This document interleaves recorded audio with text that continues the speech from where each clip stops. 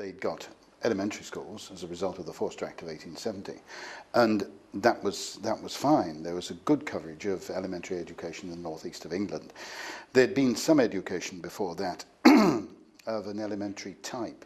The church schools, of course, had been very important. There were some enlightened employers who'd set up educational activities for children in their factories. Armstrong, for instance, had got schools going in Elswick, and he got one at Ridsdale, where he had an ironworks from about 1864 onwards. So there were facilities like that, but for going on, you'd either got to get into a grammar school, and after 1902 there were more state-type grammar schools, but that had to be paid for.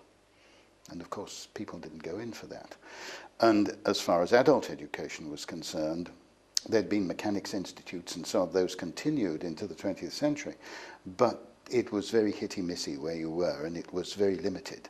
And of course, the idea of working men going to universities was just off the scale, as it was for women until the very latter end of the 19th century. Well, the WEA was a responding organisation to begin with, because it was intended to provide an educational opportunity for people beyond what they'd experienced at school. People like Tawney, one of the great founders, had an idea that they were going to try and give university-type education to people who had not a chance of getting into a university. And that remained a constant in the WEA's working practices up until the 1970s.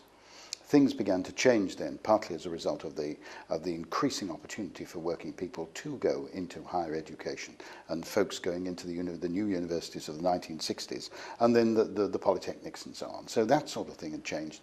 And there came, with Thatcher and then later with Blair, an emphasis on skills for employability, rather than on anything that we'd had before.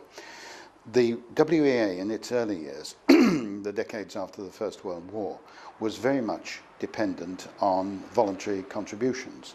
But as they became, through the 1920s, 30s and onwards, increasingly dependent on the state, then the changing educational diet had to match that which the funders were beginning to look for.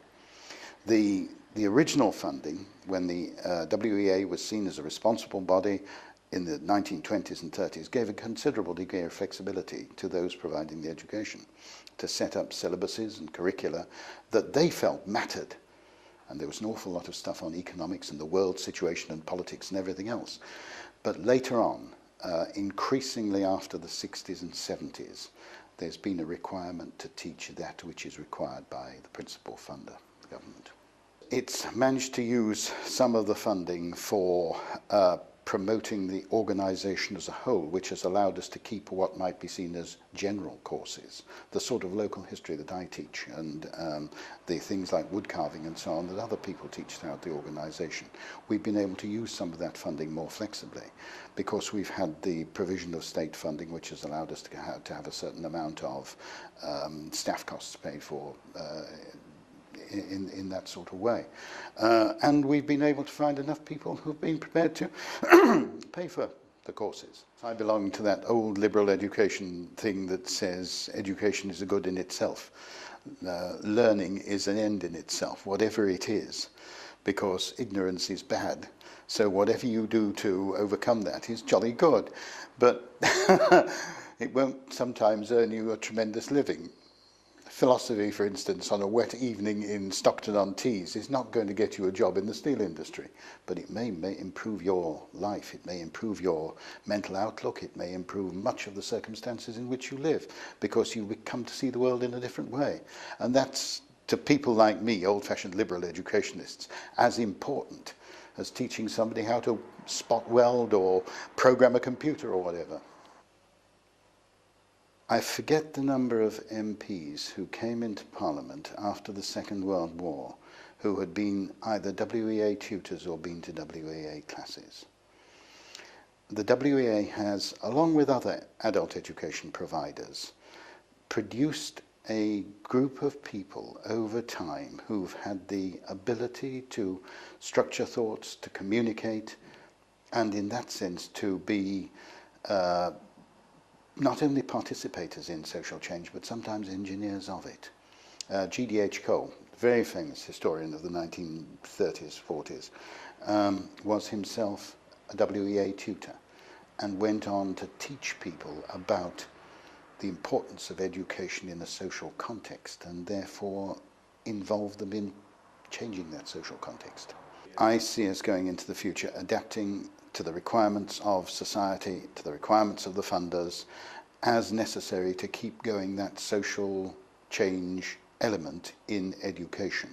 Because much of what you see coming out of the universities now, much of what you see being funded, is purely for employment's sake, to produce good artisans, to produce good managers, whatever. But there has to be another dimension in education, and we have to provide that.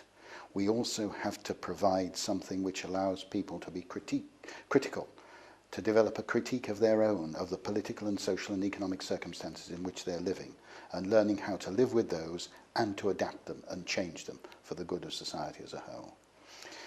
That's what you see coming out of the oral history interviews I do.